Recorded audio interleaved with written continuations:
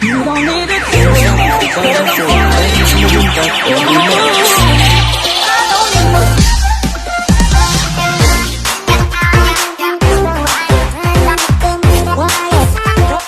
Selamat pagi Pak, selamat pagi teman-teman.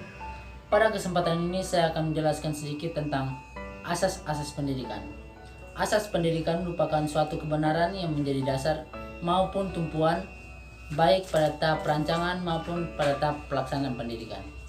Asas-asas pendidikan ini terdiri atas 3 asas, yaitu tuturi handayani, belajar sepanjang hayat, dan kemandirian dalam belajar. Asas ini dianggap relevan dengan upaya pendidikan baik pada masa kini maupun pada masa yang akan datang. Yang pertama saya akan menjelaskan sedikit tentang tuturi handayani. Inti dari asas ini adalah menegaskan bahwa setiap orang mempunyai hak mengatur dirinya sendiri dengan mengingat tertibnya peraturan dalam peri kehidupan. Asas ini merupakan gagasan yang mulanya dikemukakan oleh Ki Hajar Dewantara. Tuturi handayani mengandung arti pendidik dengan kewibawaan yang dimiliki, mengikuti dari belakang dan memberi pengaruh, tidak menarik dari depan, membiarkan anak berjalan mencari sendiri, dan apabila anak tersebut salah, maka si pendidik akan membantu anak tersebut. Yang kedua, saya akan menjelaskan tentang asas belajar sepanjang hayat. Istilah belajar sepanjang hayat erat kaitannya dengan pendidikan seumur hidup. UNESCO menetapkan suatu definisi kerja, yakni pendidikan seumur hidup adalah pendidikan yang harus satu meliputi seluruh hidup setiap individu. Yang kedua, mengarah pada pembentukan, pemahaman, peningkatan, dan penyempurnaan secara sistematis pengetahuan, keterampilan, dan sikap yang dapat meningkatkan kondisi hidupnya. Yang ketiga, tujuan akhirnya adalah mengembangkan penyadaran diri setiap individu. Yang keempat, meningkatkan kemampuan dan memotivasi untuk belajar mandiri. Yang terakhir, mengakui kontribusi dari semua pengaruh pendidikan yang mungkin terjadi, termasuk yang formal, non-formal, serta informal. Asas yang ketiga adalah asas kemandirian dalam belajar. Asas ini tidak dapat dipisahkan dari 2 asas sebelumnya.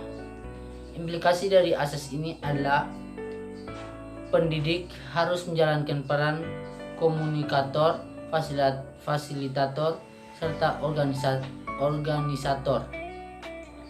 Pendidik diharapkan dapat menyediakan dan mengatur berbagai sumber belajar sedemikian rupa sehingga memudahkan peserta didik berinteraksi dengan sumber belajar tersebut.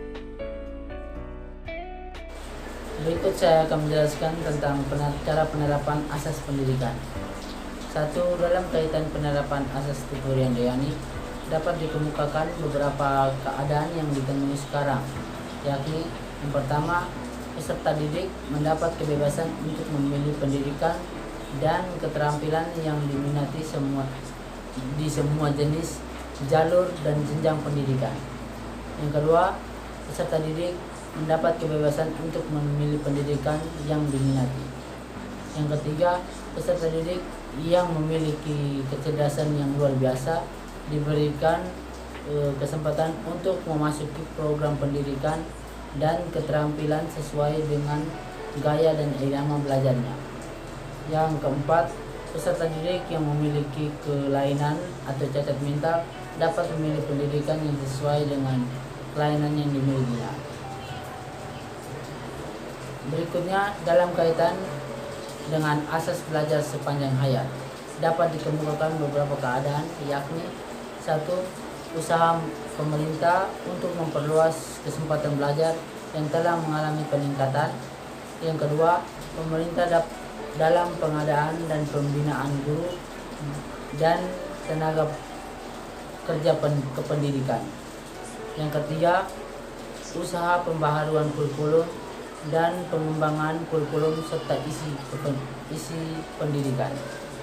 Yang keempat, usaha pengadaan sarana dan prasarana yang semakin meningkat. Yang terakhir, pengadaan buku ajar yang diperuntukkan bagi berbagai program pendidikan masyarakat dan masih banyak lagi. Berikut saya akan menjelaskan materi berikutnya, yaitu pentingnya pendidikan bagi manusia. Untuk karir, yang pertama saya akan menjelaskan untuk karir atau pekerjaan.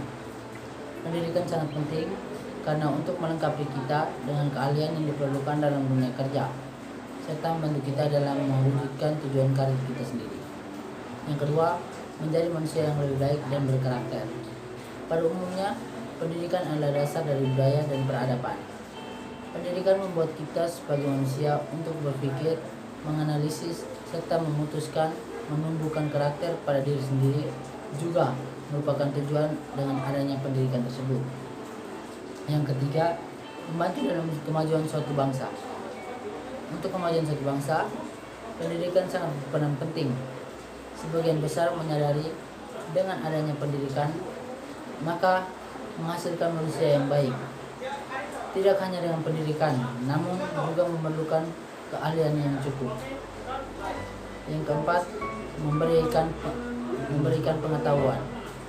Pendidikan memberikan pelajaran yang begitu penting bagi manusia mengenai dunia sekitar, mengembangkan perspektif dalam memandang kehidupan.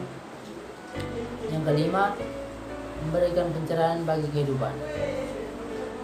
Dengan adanya pendidikan dapat menghapuskan keyakinan yang salah di dalam pikiran kita. Selain itu juga dapat menghapus semua kebingungan. Sekian penjelasan dari saya. Terima kasih.